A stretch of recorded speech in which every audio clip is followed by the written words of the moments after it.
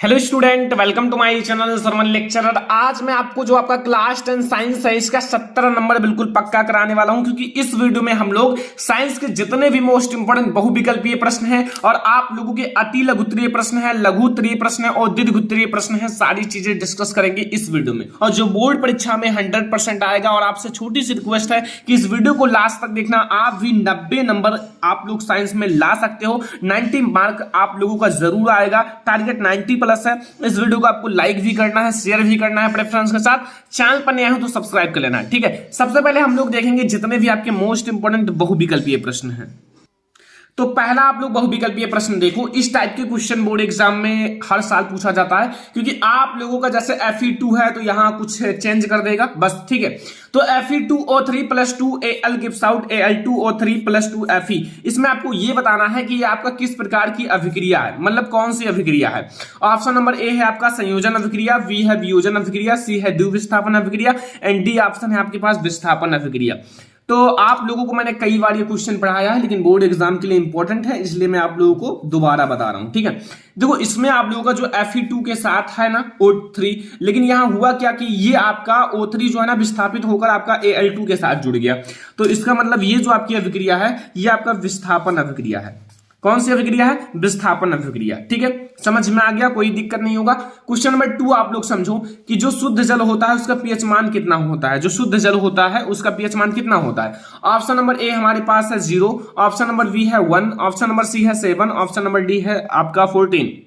जो शुद्ध जल होता है उसका पीएच मान कितना होता है? उसका पीएच मान 7 होता है। याद रखना, मोस्ट इंपोर्टेंट क्वेश्चन है, मतलब बोर्ड एग्जाम में इसी टाइप के क्वेश्चन बोर्ड एग्जाम में पूछे जाते हैं। और ये सारे जितने भी मोस्ट इंपोर्टेंट क्वेश्चन है इस वीडियो में मैं डिस्कस करने वाला हूं, तो लास्ट तक देखना और सारे क्वेश्चन आप समझ के जाना। ये एनसीईआरटी का एक इंपॉर्टेंट क्वेश्चन है आपका अम्ल, क्षार एवं लवण में से मैंने देखा है। देखो आपका क्वेश्चन नंबर 3 है कि कोई विलयन अंडे के पिसे हुए कवच से अभिक्रिया कर एक गैस उत्पन्न करता है जो चूने के पानी को दुधिया कर देती है। इस विलयन में क्या होगा? ऑप्शन नंबर ए है हमारा NaCl, बी है HCl, सी है LiCl एंड डी है KCl। देखो जो आपका चूने का पानी होता है उसको दुधिया कर देता है, वो तो अम्ल होता है, और वो कौन सा अम्ल होता है? HCl होता है। तो यही हमारा सही हो जाएगा, क्योंकि आपके पास एक हिंट दे दिया है कि चूने के पानी को दुधिया कर देता है। तो इसलिए आप लोग ये याद रखना कि आपका HCl बिल्कुल सही आंसर हो जाएगा, ठीक है। समझ में आया? ये हमारा है क्वेश्चन नंबर 3। क्वेश्चन नंबर 4 आप लोग देखो, जो बोर्ड एग्जाम के लिए मोस्ट इंपोर्टेंट ऑब्जेक्टिव क्वेश्चन है। देखो आपके पास अब समय नहीं है, बोर्ड एग्जाम बहुत ही ज्यादा नजदीक है आपका साइंस का पेपर का, तो इसलिए जितने क्वेश्चन बता रहा हूं उसको फटाक से आप लोग याद कर लो, ठीक है। यहां देखो लिखा हुआ है निम्न में से कौन सी आपका धातु अम्ल में से हाइड्रोजन विस्थापित नहीं करती है। ऑप्शन नंबर फर्स्ट है Fe, बी ऑप्शन है Zn एंड सी है Cu एंड डी हमारे पास है Mg। तो देखो जो मतलब आपका अम्ल में से हाइड्रोजन नहीं विस्थापित कर पाएगा वो इनमें से आपका क्या है? Cu है। क्यों? क्योंकि कॉपर जो होता है ना हाइड्रोजन से नीचे स्थित होता है। अब आप लोगों को मैंने पढ़ाया था विद्युत रासायनिक श्रेणी, और विद्युत रासायनिक श्रेणी में जो ये आपका कॉपर है, कॉपर जो है मतलब इससे किससे? हाइड्रोजन से नीचे स्थित है। अब जो हाइड्रोजन से नीचे हैं वो आपका अम्ल में से हाइड्रोजन विस्थापित नहीं कर पाएंगे, क्योंकि ये आपका हाइड्रोजन से कम क्रियाशील है Cu, और जो हाइड्रोजन से ऊपर रहेंगे वो अम्ल में से हाइड्रोजन विस्थापित कर पाएंगे बस। तो ये आप लोगों का बहुत ज्यादा इंपॉर्टेंट क्वेश्चन है, तो आप लोग जरूर इसको लर्न कर लेना, ठीक है। चलो अब हम लोग अगला क्वेश्चन देखते हैं।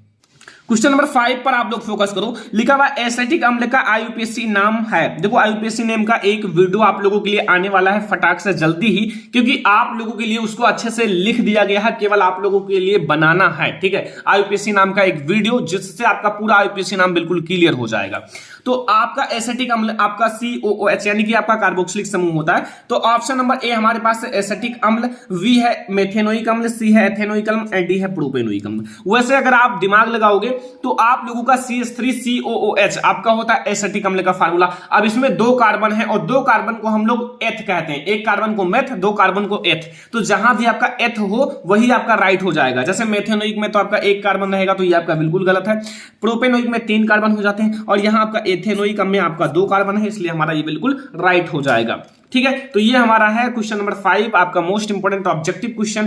क्वेश्चन नंबर 6 आप लोग देखो, लिखा हुआ है मनुष्य में वृक्क जो है एक तंत्र का भाग है जो संबंधित है। वृक्क आपका मनुष्य में किस तंत्र का भाग है? आपके पास ऑप्शन नंबर ए है पोषण से, बी है आपका उत्सर्जन से, सी है श्वसन तंत्र से, या फिर डी है परिवहन से। तो वृक्क आप लोगों का एक मुख्य उत्सर्जी अंग होता है, तो इसलिए ये आपका जो है ना उत्सर्जन से संबंधित है।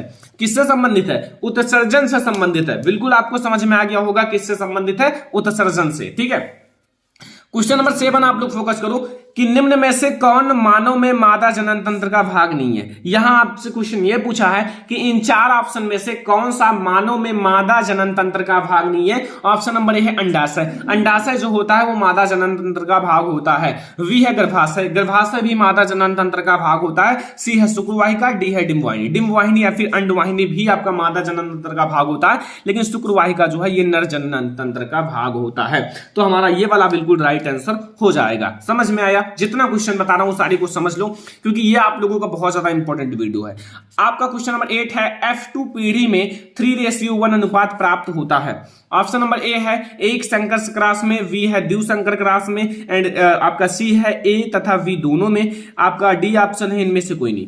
तो आपका 3:1 का है, तो फिर ये तो आपको पता होगा जब मैंने आपको 1 हाइब्रिड रिएक्शन पढ़ाया था, आपका 1 हाइब्रिड क्रॉस यानी कि एक संकर संकरण जब मैं आप लोगों को पढ़ा रहा था, तो उसमें आपको जब F2 पीढ़ी में आप लोगों को संकरण कराया था तो उसमें आपका 3:1 मिला था। ओके, तो ये हमारा हो गया आपका क्वेश्चन नंबर 8। क्वेश्चन नंबर 9 आप लोग फिजिक्स से देखो, लिखा हुआ है किसी गोलीय दर्पण तथा किसी पतले गोलीय लेंस दोनों की फोकस दूरियां -15 सेंटीमीटर, तो दर्पण तथा आपका लेंस संभवता है। ऑप्शन नंबर ए है दोनों अवतल, बी है दोनों उत्तल, सी है दर्पण जो होगा अवतल तथा आपका लेंस उत्तल होगा, एंड डी है दर्पण उत्तल तथा लेंस अवतल होगा। देखो आपको यह पता होना चाहिए कि आप लोगों का चाहे आपके लेंस हो और चाहे आपका दर्पण हो, वो आप लोगों का दोनों क्या होगा, दोनों आपके अवतल ही होंगे। अवतल, ठीक है, क्योंकि अवतल में आप लोगों का सही रहेगा, फोकस दूरी ऋणात्मक होगा।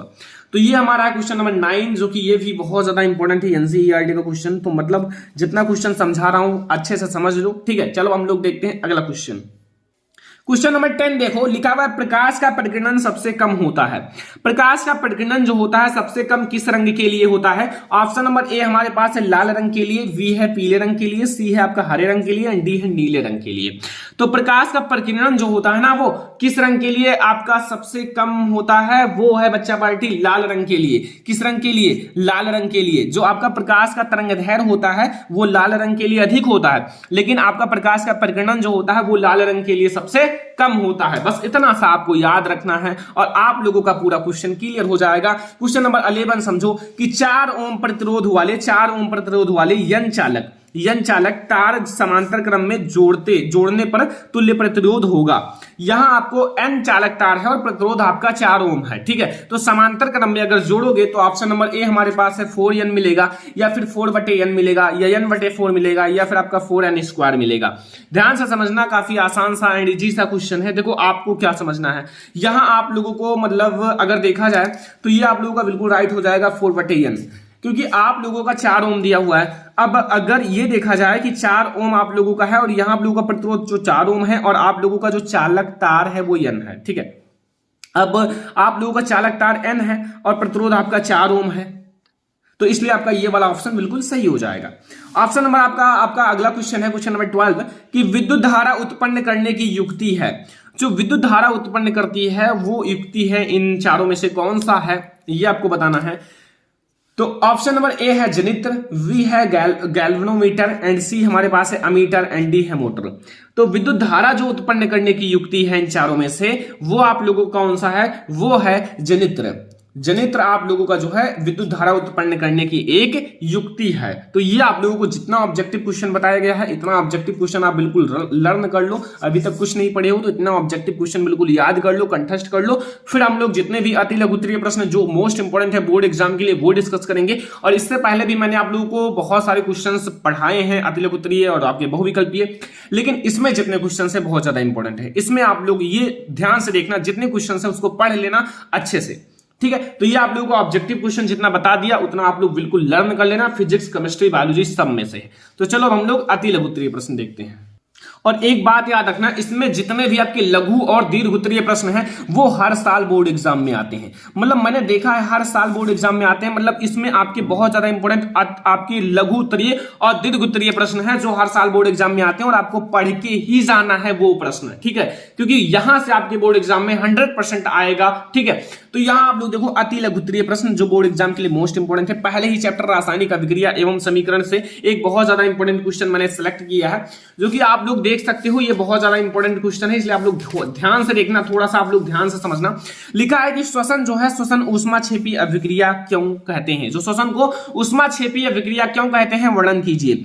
आपको अच्छे से वर्णन करना है। तो श्वसन आप लोगों को पता है कि मतलब जो श्वास होता है उससे, तो आप लोग देखो सबसे पहले ये समझना कि श्वसन जब आप लोगों को मतलब इसमें ऊष्मा क्या होता है, बाहर निकलता है श्वसन में, तो इसीलिए हम लोग इसको ऊष्माक्षेपी अभिक्रिया कहते हैं। ऊष्माक्षेपी में मतलब ऊष्मा जो है वो बाहर निकलता है, ऊर्जा जो है बाहर निकलता है, लेकिन ऊष्माशोषी में आपका ऊर्जा अवशोषित होता है, ठीक है। तो इसीलिए हम लोग ऊष्माक्षेपी कहते हैं। जैसे देखो श्वसन को ऊष्माक्षेपी अभिक्रिया कहते हैं, जो श्वसन है उसको ऊष्माक्षेपी अभिक्रिया कहते हैं क्योंकि इसके अंतर्गत भोजन जो होते हैं छोटे छोटे टुकड़ों में टूटता है। जो इसके अंतर्गत जो भोजन होते हैं, जो आपके खाना होते हैं, भोजन होते हैं जिसको आप खाते हो, तो वो सीधा नहीं पचता, वो छोटे छोटे टुकड़ों में टूटता है। अब जब वो छोटे छोटे टुकड़ों में टूटता है तो उसके फलस्वरूप ऊर्जा उत्पन्न होती है, और अगर ऊर्जा उत्पन्न होती है तो समझ लेना ऊष्माक्षेपी है, और अगर ऊष्मा अवशोषित होती है तो यह समझ लेना कि वो ऊष्माशोषी है, ठीक है। तो यहां ऊर्जा उत्पन्न हो रही है जो हमारे शरीर को कार्य करने के लिए शक्ति प्रदान करती है। मतलब हमें शक्ति प्रदान करती है किसी काम को करने के लिए, आपको एनर्जी उससे मिलता है, ठीक है। अगर आप 1-2 दिन खाना ना खाओ तो फिर आपके पास उतना एनर्जी नहीं रह जाएगा, आप किसी काम को नहीं कर पाओगे, आपको थकावट महसूस होगा। तो फिर ये आपके पास है श्वसन को ऊष्माक्षेपी अभिक्रिया क्यों कहते हैं। अब मैं आपको एक रिएक्शन के साथ समझाता हूं कैसे इसमें से ऊर्जा मुक्त होती है, ठीक है। देखो ध्यान से समझना, जैसे आप लोगों का ग्लूकोज का फार्मूला क्या होता है, C6H12O6, ठीक है। ये बहुत आसान है, यहां आप लोग जैसे 6 और 20 में आप 12 कर दो बस। ये आप लोगों का किसका फार्मूला है, ग्लूकोज का। और यहां आपको 6 आपको O2 से आपको रिएक्शन कराना है, 6O2 से, ठीक है, यानी कि आपका ऑक्सीजन से। अब इससे अगर आप रिएक्शन कराओगे तो यहां आपको मिलेगा 6 आपके लोगों का, जैसे 6 आप लोगों को मिलेगा CO2, 6CO2 plus 6H2O, and साथ में आप लोगों को क्या मिलेगा, साथ में आप लोगों को मिलेगा ऊर्जा। क्या मिलेगा, ऊर्जा, ठीक है। मतलब आप लोग जैसे इसको मतलब बाहर छोड़ते हो ना कार्बन डाइऑक्साइड को और ऊर्जा को साथ में, तो ये आप लोगों का ऊर्जा उत्पन्न हुआ, तो ये आप लोगों का हो गया ना पूरा। तो आप लोगों को बता दें कि ये आप लोगों का ग्लूकोज है, लिख लेना। ये आपका आपका ऑक्सीजन है, O2 है, और ये आप लोगों का कार्बन डाइऑक्साइड है, ये आपका जल है, और ये आपका ऊष्मा है। बस इतना सा आपको समझना है। अति लघु उत्तरीय क्वेश्चन नंबर 2 जो कि आपको पूरा समझना है ध्यान से। लिखा हुआ आयनिक यौगिक, जो आयनिक यौगिक होता है, आयनिक यौगिकों का गलनांक उच्च क्यों होता है। जो आयनिक यौगिक होते हैं उनका गलनांक उच्च क्यों होता है, उनके गलने की प्रक्रिया उच्च क्यों होती है, ये आपको बताना है। तो मतलब आपको समझना है कि आयनिक यौगिक के गलनांक बहुत उच्च होते हैं क्योंकि इनके मध्य उपस्थित अंतः आणविक आकर्षण बल को तोड़ने के लिए बहुत अधिक ऊर्जा की आवश्यकता होती है। मतलब जब आप इसमें बहुत अधिक ऊर्जा लगाओगे तभी इनके अंदर जो अंतरा आकर्षण बल हैं जो एक दूसरे से बंधे हुए हैं तभी ये टूटेगा। तो आयनिक यौगिकों का गलनांक क्यों उच्च होता है, समझ में आया कि आयनिक यौगिकों के गलनांक बहुत उच्च होते हैं क्योंकि इनके मध्य जो उपस्थित अंतरा आणविक आकर्षण बल है को तोड़ने के लिए बहुत अधिक ऊर्जा की आवश्यकता होती है। बस तो ये आपको क्वेश्चन 2 बिल्कुल समझ में आ गया होगा। अति लघु उत्तरीय प्रश्न का कोई दिक्कत नहीं होगा, बहुत आसान सा क्वेश्चन है। क्वेश्चन नंबर 3 आप लोग समझो, जो बोर्ड एग्जाम के लिए बहुत ज्यादा इंपॉर्टेंट है और कई बार पूछा गया है कि प्रतिस्थापन अभिक्रिया पर टिप्पणी कीजिए, कार्बनिक यौगिक के प्रतिस्थापन अभिक्रिया पर टिप्पणी कीजिए। ऐसे क्वेश्चन आपके बोर्ड एग्जाम में हर साल आता है, तो ये क्वेश्चन आपके लिए वेरी इंपॉर्टेंट है। लिखा हुआ है प्रतिस्थापन अभिक्रिया पर आपको संक्षिप्त टिप्पणी लिखिए। जो प्रतिस्थापन अभिक्रिया होता है तो ध्यान से समझना, बहुत आसान तरीके से बताऊंगा, आपको इसका उदाहरण भी लिखना है। तो देखो आपको लिखना है कि वे अभिक्रियाएं जिनमें किसी कार्बनिक अणु, जो किसी कार्बनिक अणु के किसी एक या एक से अधिक परमाणु या परमाणु समूह का किसी अन्य परमाणु या परमाणु समूह के द्वारा प्रतिस्थापन हो जाता है, प्रतिस्थापन अभिक्रिया कहलाता है। देखो, जैसे अगर एक परमाणु हो या परमाणु समूह हो, किसी अन्य परमाणु या परमाणु समूह को प्रतिस्थापित कर देते हैं, तो यही तो प्रतिस्थापन अभिक्रिया है। जब वो प्रतिस्थापित कर देंगे तो वही आपका हो जाएगा प्रतिस्थापन अभिक्रिया। ठीक है, तो ये आप लोगों को समझ में आया। जैसे मेथेन की क्रिया जब सूर्य के धुंधले प्रकाश की उपस्थिति में क्लोरीन से कराने पर इसके आपके एक एक करके चारों जो आप लोगों के क्या हाइड्रोजन परमाणु Cl यानी कि क्लोरीन के द्वारा प्रतिस्थापन करते हैं।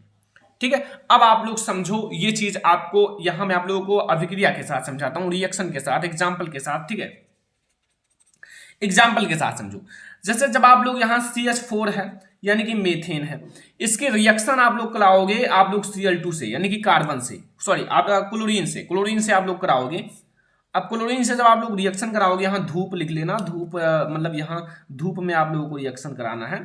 ठीक है, प्रकाश में। तो अब आप लोगों को मिलेगा क्या, यहाँ आप लोगों का यहाँ से CH3 जो है ना, ये वाला यहाँ से एक मतलब CH3 मिल जाएगा और H छोड़ दो और यहाँ से एक Cl मिल जाएगा। ठीक है, तो यहाँ CH3 Cl के साथ प्रतिस्थापन हो गया और प्लस आप लोगों का HCl हो जाएगा, बच जाएगा, बस हो गया रिएक्शन। तो ये आप लोगों का हो गया बच्चा पार्टी, आप लोगों का प्रतिस्थापन अभिक्रिया, जो कि बिल्कुल समझ में आ गया होगा, कोई भी दिक्कत नहीं होगा, बहुत आसान तरीका है और बहुत आसान ये आपका अभिक्रिया भी है।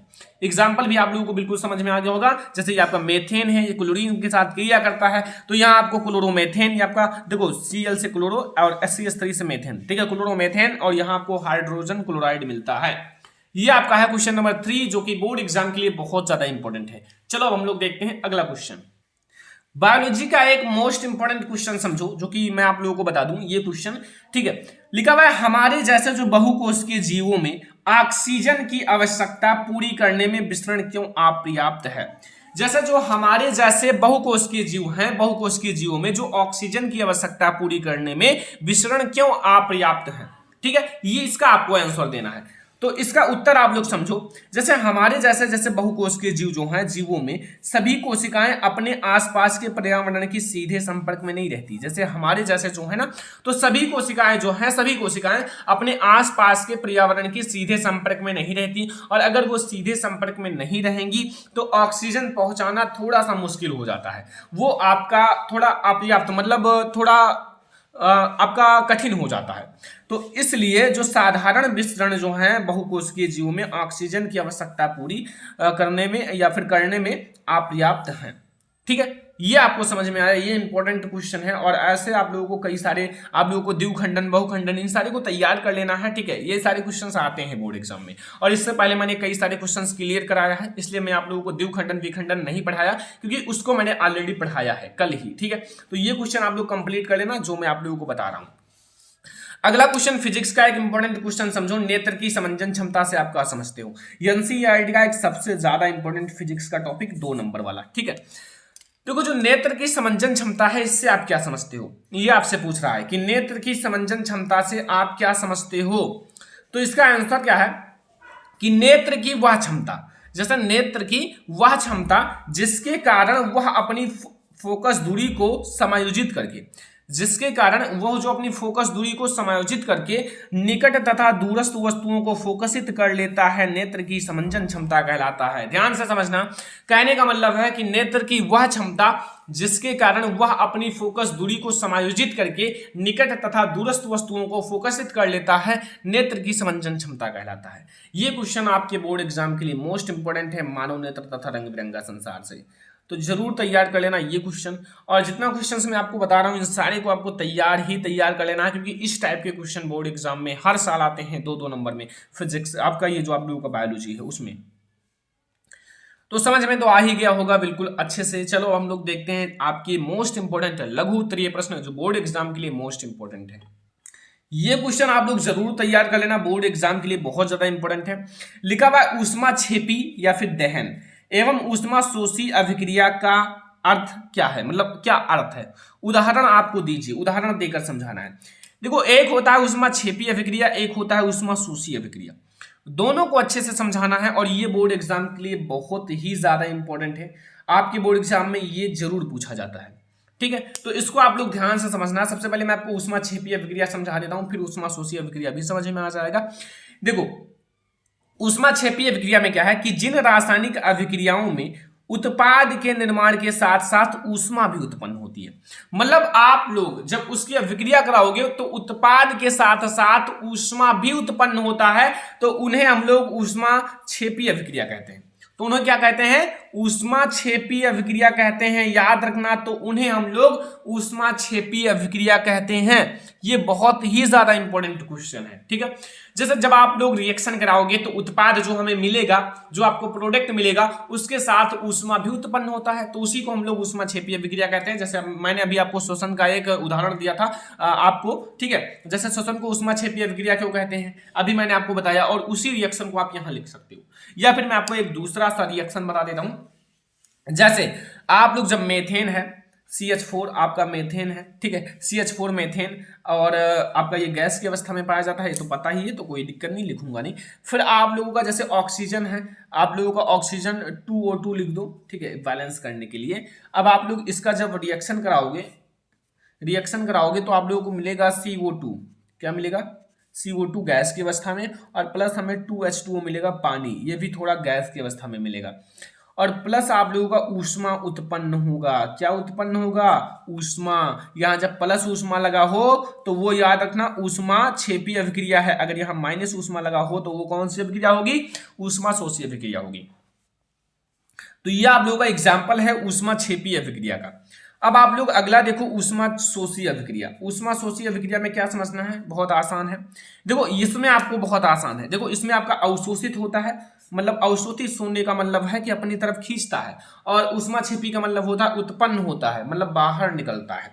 तो जिन रासायनिक अभिक्रियाओं में ऊर्जा अवशोषित होती है तो उन्हें हम लोग ऊष्मा शोषी अभिक्रिया कहते हैं। तो ये आपका ऊष्मा शोषी में है कि ऊर्जा जो है ना वो अवशोषित होगा, ठीक है। जिन रासायनिक अभिक्रियाओं में ऊर्जा जो है वो अवशोषित होती है तो उन्हें हम लोग ऊष्मा शोषी अभिक्रिया कहते हैं। एग्जाम्पल के लिए मैं आपको समझा दूं, एग्जाम्पल के लिए एक छोटा सा सिंपल सा एग्जाम्पल समझो। जैसे आपका नाइट्रोजन है N2, वो O2 से अभिक्रिया करता है ऑक्सीजन से, तो आप लोगों को क्या मिलता है? 2NO, यानी कि यहां से मैंने ये 2 है, ये भी 2 है, तो यहां मैंने 2 लगा दिया, NO मिला, ठीक है। और माइनस ऊष्मा मिला। माइनस ऊष्मा का मतलब मैंने क्या कहा है कि अगर माइनस ऊष्मा लगा हो तो वो क्या होगा? ऊष्मा शोषी अभिक्रिया, और अगर प्लस ऊष्मा लगा हो तो वो आपका ऊष्मा क्षेपी अभिक्रिया हो जाता है। तो ये आपको बिल्कुल समझ में आ गया। लघु उत्तरीय प्रश्न जो बोर्ड एग्जाम के लिए बहुत ज्यादा इंपॉर्टेंट है, कोई दिक्कत नहीं होगा, बहुत आसान तरीके से आप लोगों को पूरा समझ में आ गया होगा। ऊष्मा क्षेपी अभिक्रिया क्या होता है, ऊष्मा शोषी अभिक्रिया क्या होता है, बिल्कुल आपको याद हो गया होगा। तो अब हम लोग अगला लघु उत्तरीय प्रश्न देखते हैं जो बोर्ड एग्जाम के लिए वेरी इंपॉर्टेंट है। अब ये वाला क्वेश्चन समझो, क्वेश्चन नंबर 2 जो आप लोगों का लघु उत्तरीय प्रश्न है। लिखा है रुधिर और लसिका में अंतर स्पष्ट कीजिए। देखो मैंने आपको कई अंतर पढ़ाया, अभी कल मैंने आपको DNA RNA में अंतर पढ़ाया है, और आज मैं आपको रुधिर तथा लसिका में अंतर पढ़ा दूंगा। और अब आप लोगों को एक अंतर और तैयार करना है, वो है आप लोगों का धमनी तथा सिरा में अंतर। वो आपको खुद से तैयार करना पड़ेगा, बुक उठाओ और तैयार करना स्टार्ट कर दो, क्योंकि थोड़ा सा आप लोगों को और समझना है। धमनी और सिरा में अंतर, बस ये 3 अंतर से बाहर कुछ नहीं आएगा। अगर आएगा तो रुधिर व लसिका में अंतर या फिर धमनी व सिरा में अंतर, ये दोनों बहुत ज्यादा इंपॉर्टेंट है। और DNA और RNA में अंतर मैंने कल पढ़ाया है, तो उसको भी आपको समझ लेना है, ठीक है। मतलब ये 3 अंतर तो बिल्कुल इंपॉर्टेंट ही हैं। तो एक तरफ आपको डालना है रुधिर और एक तरफ आपको हेडिंग डालना है लसिका, ठीक है, रुधिर और लसिका। अब एक एक पॉइंट से मैं आप लोगों को समझाता हूं। देखो पहले आपको रुधिर में लिखना है कि रुधिर किस रंग का होता है? लाल रंग का होता है। अब लाल रंग का क्यों होता है? क्योंकि इसमें लाल रुधिर कणिकाएं पाई जाती हैं। तो अब आपको सबसे पहले लिखना है कि यह गहरे लाल रंग का तरल संयोजी ऊतक है। ये तो सभी को पता है, छोटे छोटे बच्चे को भी पता होगा कि रुधिर जो होता है लाल रंग का होता है। तो यहाँ आपको यही सबसे पहले लिखना है कि यह गहरे लाल रंग का तरल संयोजी ऊतक होता है। और लसिका में लिखना है कि यह रंगहीन तरल संयोजी ऊतक है। इसका कोई रंग नहीं होता, रंगहीन होता है, ठीक है, समझ में आया। अब इसमें दूसरा पॉइंट लिखना है कि रुधिर जो होता है, रुधिर में लाल रुधिर कणिकाएं पाई जाती हैं। अभी मैंने बताया है कि रुधिर लाल क्यों होता है, क्योंकि उसमें लाल रुधिर कणिकाएं पाई जाती हैं। तो इसमें आपको दूसरा पॉइंट यही समझना है कि रुधिर में लाल रुधिर कणिकाएं पाई जाती हैं जिनमें हीमोग्लोबिन होता है। जिनमें क्या होता है? हीमोग्लोबिन होता है। लेकिन लसिका में लाल रुधिर कणिकाएं नहीं पाई जाती। अगर इसमें लाल रुधिर कणिकाएं पाई जाती तो ये भी लाल ही रंग का होता, ठीक है। चलो इतना तो आपको समझ में आ गया, कोई दिक्कत नहीं होगा। अगला देखो तीसरा कि रुधिर में प्रोटीन्स अधिक मात्रा में पाए जाते हैं। देखो रुधिर में क्या होते हैं, प्रोटीन्स अधिक मात्रा में पाए जाते हैं। अब आपको रुधिर से अगर तुलना की जाए लसिका का, तो लसिका में प्रोटीन्स अपेक्षाकृत कम मात्रा में पाई जाती है। रुधिर की तुलना में मतलब इसमें प्रोटीन कम मात्रा में पाई जाते हैं, लेकिन प्रोटीन पाया जाता है लेकिन कम मात्रा में पाया जाता है। बस इतना सा आपको समझना है, कोई दिक्कत कोई कंफ्यूजन नहीं होगा, क्योंकि सारी चीजें आपको बहुत अच्छे से समझ में आ रहा होगा। ठीक है, अगला चौथा नंबर पॉइंट है कि इसमें ऑक्सीजन अधिक मात्रा में पाया जाता है। जो आपका रुधिर होता है, रुधिर में ऑक्सीजन अधिक मात्रा में पाया जाता है, लेकिन इसमें ऑक्सीजन कम मात्रा में पाया जाता है। मतलब लसिका में भी आपका ऑक्सीजन पाया जाता है लेकिन कम मात्रा में पाया जाता है। अगला देखो पांचवा नंबर पॉइंट, और इतना आपको समझना है जितना मैं आपको बता रहा हूं, कि यह रुधिर जो होता है रुधिर वाहिनियों में प्रसंचित होता है। यह जो है रुधिर वाहिनियों में प्रसंचित होता है, और यह जो है लसिका वाहिनियों में प्रसंचित होने के अतिरिक्त ऊतकों में ऊतक द्रव्य की तरह भी रहता है। मतलब ये रुधिर वाहिनियों में प्रसंचित होता है, ये लसिका वाहिनियों में प्रसंचित होने के साथ साथ किसमें आपका उसके अतिरिक्त आपका ऊतकों में ऊतक द्रव्य की तरह भी रहता है। तो ये आपको समझ में आ गया, रुधिर तथा लसिका में अंतर, कोई दिक्कत कोई कंफ्यूजन नहीं होगा, बहुत आसान सा क्वेश्चन है। अब हम लोग देखते हैं क्वेश्चन नंबर 3, आपका लघु उत्तरीय प्रश्न है। ठीक है, देखो ये आपके लिए बहुत ज्यादा इंपॉर्टेंट है, निकट दृष्टि दोष दूर दृष्टि दोष दोनों। तो मैं आपको एक समझा रहा हूं, दूर दृष्टि दोष समझा देता हूं, क्योंकि ये आपके लिए और ज्यादा इंपॉर्टेंट है। देखो दूर दृष्टि दोष किसे कहते हैं, जो दूर दृष्टि दोष होता है उसे क्या कहते हैं, और यह किन कारणों से होता है, और इस दोषों के आपके निवारण के लिए किस तरह का लेंस प्रयुक्त किया जाता है, और आरेख खींचकर समझाइए। किरण आरेख खींचकर समझाना है। अब देख सकते हो कितना बड़ा आपसे पूछा जाता है। सबसे पहले आपका दूर दृष्टि दोष होता क्या है, कारण क्या होता है, निवारण लिखिए, और किस लेंस का प्रयोग किया जाएगा, किरण आरेख भी खींचिए। तो सबसे पहले आपको बता दूं कि दूर दृष्टि दोष होता क्या है।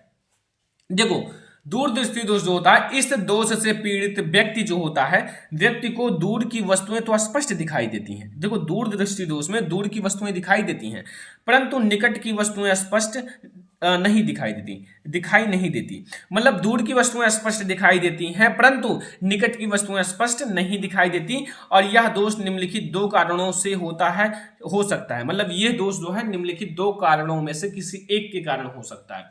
मतलब इन दो कारणों में से किसी एक के कारण भी आपका हो सकता है दूर दृष्टि दोष। तो चलो हम लोग वो दो कारण देखते हैं जिसके कारण दूर दृष्टि दोष होता है। पहला देखो, आप लोगों का नेत्र, जो आप लोगों का नेत्र लेंस की वक्रता त्रिज्या कम हो जाए, जिससे उसकी फोकस दूरी बढ़ जाए। देखो जब उसकी फोकस दूरी बढ़ जाएगी, लाइकेज आप लोगों का फोकस दूरी पहले यहां था तो ये बढ़कर यहां हो गया, तो आगे की वस्तुएं जो है वो नहीं दिखाई देती। देखो ध्यान से समझना, जैसे मैं एक फिगर के साथ समझाता हूं। जैसे नेत्र लेंस की वक्रता त्रिज्या बढ़ जाए, जिससे उसकी फोकस दूरी आपका वक्रता त्रिज्या कम हो जाए, जिससे उसकी फोकस दूरी बढ़ जाए। अब जब इसकी फोकस दूरी यहां से यहां आ जाती है ना, तो मतलब दूर की वस्तुएं, इससे जो आंख से नजदीक की वस्तुएं 25 सेंटीमीटर वाली नहीं दिखाई देती हैं। ठीक है, मतलब आपको जो दूर की वस्तुएं तो स्पष्ट दिखाई देती है, निकट की वस्तुएं स्पष्ट नहीं दिखाई देती। यह आपका एस है, यह आप लोगों का एक नेत्र बना हुआ है। ठीक है, अब आप लोग यहां ध्यान से फिगर को समझो। ठीक है, इतना आपको समझ में आया। जो आप लोगों का जैसे निकट बिंदु 25 सेंटीमीटर है, तो इसका निकट बिंदु वाली वस्तु नहीं दिखाई देगी, लेकिन दूर वाली स्पष्ट दिखाई देंगी। ये आप लोगों का पहला है। दूसरा कारण है कि नेत्र लेंस तथा रेटिना के बीच की दूरी कम हो जाए, अर्थात नेत्र के गोलक का व्यास कम हो जाए। तो ये आपका दूसरा कारण है। ठीक है, तो अब आप लोग निवारण में समझो। निवारण, ये फिगर निवारण के लिए है। ठीक है, देखो इस दोष के निवारण के लिए उचित फोकस दूरी वाले एक उत्तल लेंस का प्रयोग करेंगे। मतलब उचित फोकस दूरी वाले उत्तल लेंस का प्रयोग किया जाएगा। अगर ये देखो यहां से अगर आप उत्तल लेंस के चश्मे का प्रयोग कर लोगे, तो आपको 25 सेंटीमीटर तक की, मतलब यहां आपका आंख है, आप लोग उत्तल लेंस का प्रयोग करोगे तो आप लोगों को वस्तु स्पष्ट दिखाई देगा। मतलब 25 सेंटीमीटर भी आपका निकट वाला भी वस्तु दिखाई देगा। ठीक है, तो ये आपको समझना है। ये आप लोगों को बिल्कुल समझ में आ गया। देखो मैंने आपको इसमें पूरा ये बता दिया कि आप लोगों का निकट दृष्टि दोष होता क्या है, कारण क्या है, निवारण क्या है, सारी चीजें आपको समझ में आ गया। तो ये था हमारा मोस्ट इंपोर्टेंट लघु उत्तरीय प्रश्न, जो बोर्ड एग्जाम के लिए मोस्ट इंपोर्टेंट है। मतलब बोर्ड एग्जाम में 100% पूछा जाएगा। ये आपके जो लघु उत्तरीय प्रश्न मैंने बताया है, रुधिर तथा लसिका में अंतर, दूर दृष्टि दोष, ये सारे। तो ये आपको लघु उत्तरीय प्रश्न बिल्कुल तैयार कर लेना है। अब हम लोग देखेंगे आपके मोस्ट इंपोर्टेंट दीर्घ उत्तरीय प्रश्न, जो बोर्ड एग्जाम के लिए सबसे ज्यादा इंपोर्टेंट है, और आपको ये दीर्घ उत्तरीय प्रश्न बिल्कुल तैयार करके जाना है। तो चलो अब हम लोग देखते हैं दीर्घ उत्तरीय प्रश्न। अब आप लोग समझो, जितने भी आपके मोस्ट इंपोर्टेंट दीर्घ-उत्तरीय प्रश्न है बोर्ड एग्जाम के लिए आंसर सहित, मतलब ये बोर्ड एग्जाम के लिए मोस्ट इंपोर्टेंट दीर्घ-उत्तरीय प्रश्न है, बिल्कुल आपको समझ लेना है। जितना मैं आपको दीर्घ-उत्तरीय प्रश्न बताने वाला हूं, ये सारे, जैसे आपका ये केमिस्ट्री का दीर्घ-उत्तरीय प्रश्न है, जो आपके केमिस्ट्री सब्जेक्ट है उसका मोस्ट इंपोर्टेंट दीर्घ-उत्तरीय प्रश्न है। तो ये क्वेश्चन आपको बिल्कुल तैयार ही करके जाना। ये आपके बोर्ड एग्जाम में 7 मार्क की में केमिस्ट्री में 100% पूछा जाता है। ठीक है, लिखा हुआ है बेकिंग पाउडर या फिर खाने का सोडा का रासायनिक नाम, आपका अणुसूत्र क्या है और इसको बनाने की विधि, 2 भौतिक गुण, 2 रासायनिक गुण आपको समीकरण देते हुए लिखना है, और मैं आपको साथ में उपयोग भी बताऊंगा। तो बिल्कुल आपको समझ में आ जाएगा, कोई भी दिक्कत नहीं रहेगा बेकिंग सोडा में, बिल्कुल आपका क्लियर हो जाएगा। देखो, बेकिंग पाउडर का रासायनिक नाम क्या होता है? रासायनिक नाम आपका होता है सोडियम बाइकार्बोनेट। देखो यहां आपका, और अणुसूत्र होता है NaHCO3। देखो Na से क्या होता है सोडियम, H से बाई और CO3 से कार्बोनेट, तो सोडियम बाइकार्बोनेट हो गया ना। तो इसका जो रासायनिक नाम होता है वो होता है सोडियम बाइकार्बोनेट, और इसका जो अणुसूत्र होता है वो होता है NaHCO3। अब बनाया कैसे जाता है, बनाने की विधि भी समझ लो। यह सोडियम हाइड्रोक्साइड के सांद्र विलयन में, सोडियम हाइड्रोक्साइड, ठीक है, हाइड्रोक्साइड के सांद्र विलयन में अधिक मात्रा में carbon dioxide gas, carbon dioxide gas यानी कि CO2 गैस प्रवाहित करने पर प्राप्त होता है। मतलब जब आप अधिक मात्रा में इस गैस को प्रवाहित करोगे तो आप लोगों को मिलेगा। 2 स्टेप में रिएक्शन है। नंबर फर्स्ट समझो, देखो 2NaOH में जब CO2 प्रवाहित करोगे तो आप लोगों को मिलेगा Na2CO3 और प्लस H2O। अभी हमें केवल मिला है सोडियम कार्बोनेट, लेकिन हमें सोडियम बाइकार्बोनेट प्राप्त करना है। तो फिर आपको क्या करना है, Na2CO3 में जब आप H2O और प्लस CO2 दोबारा आप लोग इस चीज में दोबारा आप लोग कार्बन डाइऑक्साइड प्रवाहित करोगे तो आपको पूरा मिल जाएगा 2NaOH CO3, और यही हमारा क्या है, सोडियम बाइकार्बोनेट, यानी कि आपका बेकिंग पाउडर, खाने वाला पाउडर। ठीक है, ये आपका हो गया, आपका पूरा आपका बनाने की विधि। अब आप लोग समझो भौतिक गुण।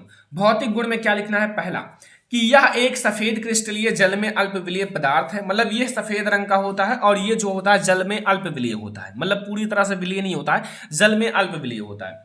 और दूसरा है इसका जलीय विलयन अम्लीय होता है। इसका जो जलीय विलयन होता है वो किसका होता है, अम्लीय होता है। एक होता है क्षार, एक होता है अम्ल, तो इसका जलीय विलयन जो होता है वो अम्लीय होता है, ये याद रखना। ठीक है, तो ये आपको 2 भौतिक गुण समझ लेना है, जो कि मैंने आपको बता दिया, कोई भी दिक्कत नहीं होगा भौतिक गुण में। अब हम लोग देखते हैं रासायनिक गुण।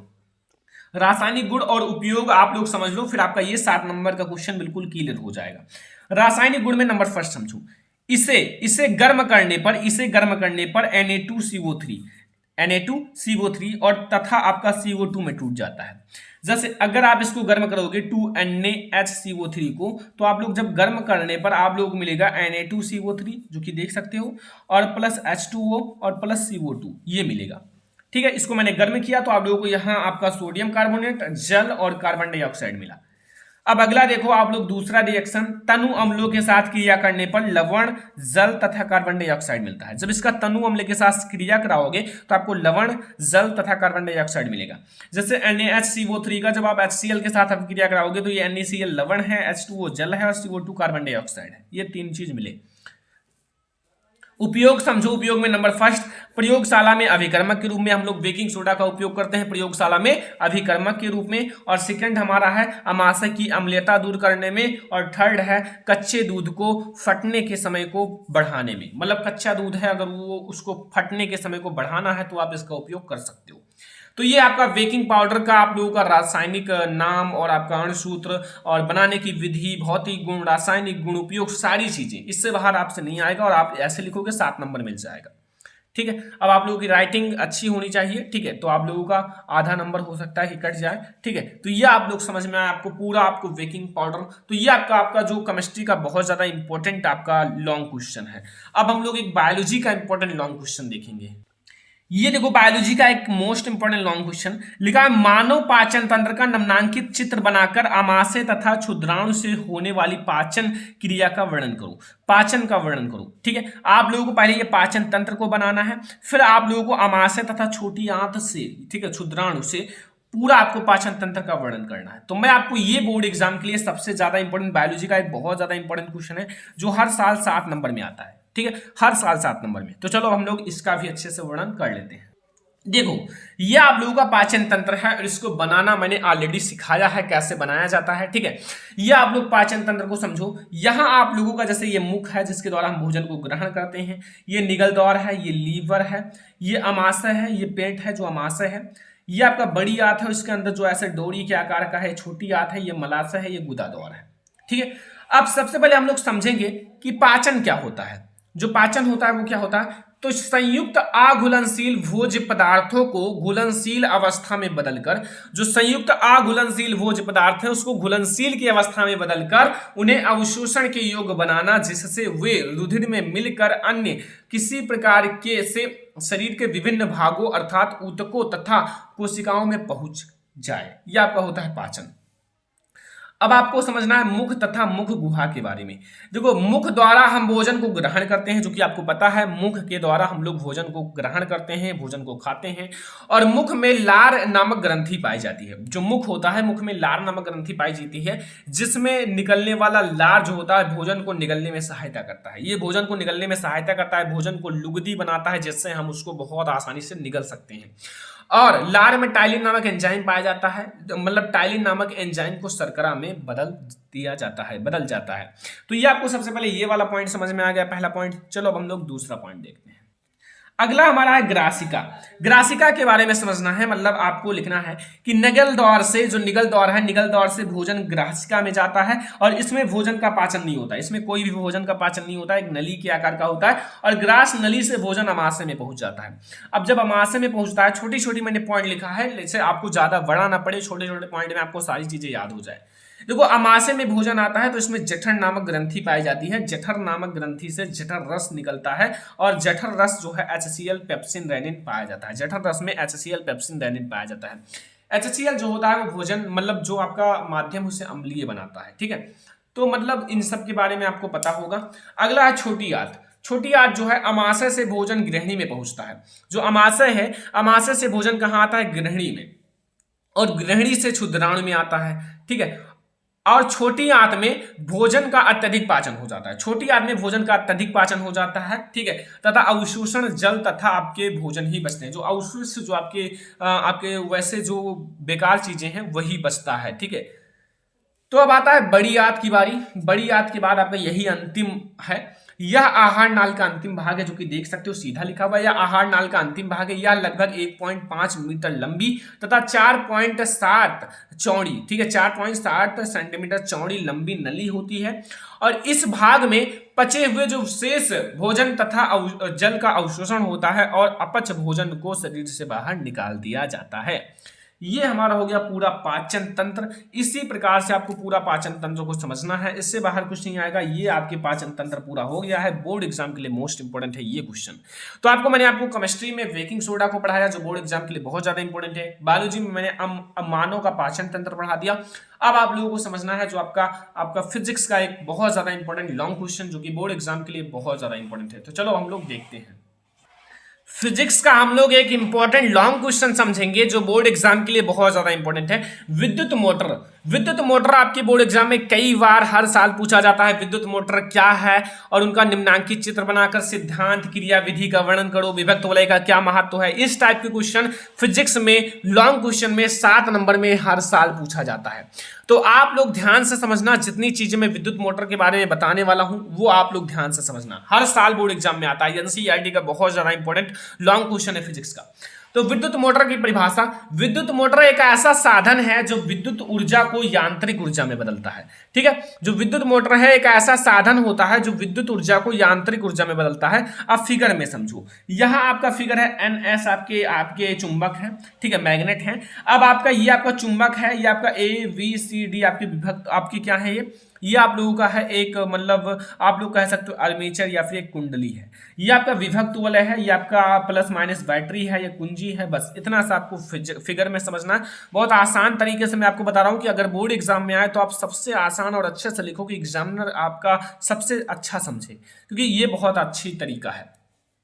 अब हेडिंग आपका रहेगा सिद्धांत। सिद्धांत में क्या लिखना है, जब किसी कुंडली को चुंबकीय क्षेत्र में रखकर, कोई भी कुंडली हो अगर उसे आप चुंबकीय क्षेत्र में रखकर उसमें धारा प्रवाहित की जाती है तो कुंडली पर एक बल युग्म कार्य करने लगता है। अगर आप किसी कुंडली को चुंबकीय क्षेत्र में रखोगे और उसमें धारा प्रवाहित करोगे तो उसमें एक बल युग्म कार्य करने लगता है जो कुंडली को उसकी अक्ष पर घूमने का प्रयास कराता है या करता है, जो कुंडली को उसकी अक्ष पर घूमने का प्रयास करता है। और यदि कुंडली अपनी अक्ष पर घूमने के लिए स्वतंत्र हो तो वह घूमने लगती है। अगर वो अपने अक्ष पर घूमने के लिए स्वतंत्र हो, बिल्कुल स्वतंत्र हो, तो वह मतलब घूमने भी लगती है। ठीक है, तो ये आप लोगों को इतना आपको सिद्धांत समझ में आ गया। अब हम लोग अगला जो आपके और सारे टॉपिक्स हैं, जैसे आप लोगों का क्रिया विधि समझेंगे विद्युत मोटर का। विद्युत मोटर की क्रिया विधि समझ लो कि जब बैटरी से कुंडली में विद्युत धारा प्रवाहित करते हैं, जैसे बैटरी से कुंडली में विद्युत धारा प्रवाहित करते हैं तो फ्लेमिंग के बाएं हाथ के नियम से कुंडली की भुजाएं जो है, भुजाओं AB तथा CD पर बराबर परंतु विपरीत दिशा में दो बलयुग्म कार्य करने लगते हैं। दो बल कार्य करने लगते हैं, ये बलयुग्म कहलाते हैं और जिनके कारण कुंडली दक्षिणा आवर्त दिशा में घूमने लगती है। जिसके कारण जब दो आपके काम करेंगे तो एक इधर से घूमेंगे, एक इधर से घूमेंगे, तो ये पूरा चक्कर हो जाता है। ठीक है, घूमने लगती है और कुंडली के साथ उसके सिरों पर लगे विभक्त वलय भी घूमने लगते हैं और कुंडली पर बल लगातार एक ही दिशा में कार्य करे, अर्थात कुंडली एक ही दिशा में घूमती रहती है। बस थोड़ा सा समझना है, मैंने कई बार पढ़ाया है तो आप लोगों को मैं एक शॉर्ट में पढ़ा देता हूं कि आप लोग बिल्कुल याद रखो। ठीक है, विभक्त वलय का महत्व। विभक्त वलय का आप लोगों का कार्य है कि कुंडली में प्रवाहित धारा की दिशा को बदलना। जैसे कुंडली में जो प्रवाहित धारा है उसकी दिशा को बदलना। जब कुंडली जो है आधा चक्कर पूर्ण कर लेती है तो विभक्त वलयों का पुरुषों से संबंध जो है, संपर्क समाप्त हो जाता है और विपरीत पुरुषों से संपर्क जुड़ जाता है। ठीक है, इसके फलस्वरूप कुंडली में धारा की दिशा सदैव इस प्रकार बनी रहती है कि कुंडली एक ही दिशा में घूमती रहती है। तो ये आपको फिजिक्स का सबसे इंपॉर्टेंट है, दीर्घोत्तरीय प्रश्न मैंने आपको समझा दिया, विद्युत मोटर, जो कि आपको बिल्कुल समझ में आ गया होगा।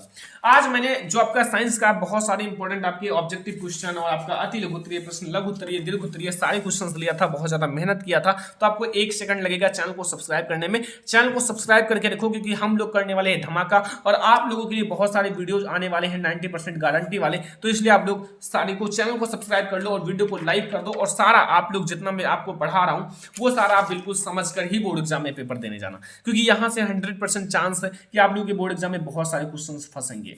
तो इस वीडियो को लाइक कर देना, शेयर कर देना अपने फ्रेंड्स के साथ, चैनल पर नया हो तो सब्सक्राइब कर लेना। फिर हम लोग मिलेंगे नेक्स्ट इंपॉर्टेंट वीडियो में, तब तक के लिए धन्यवाद।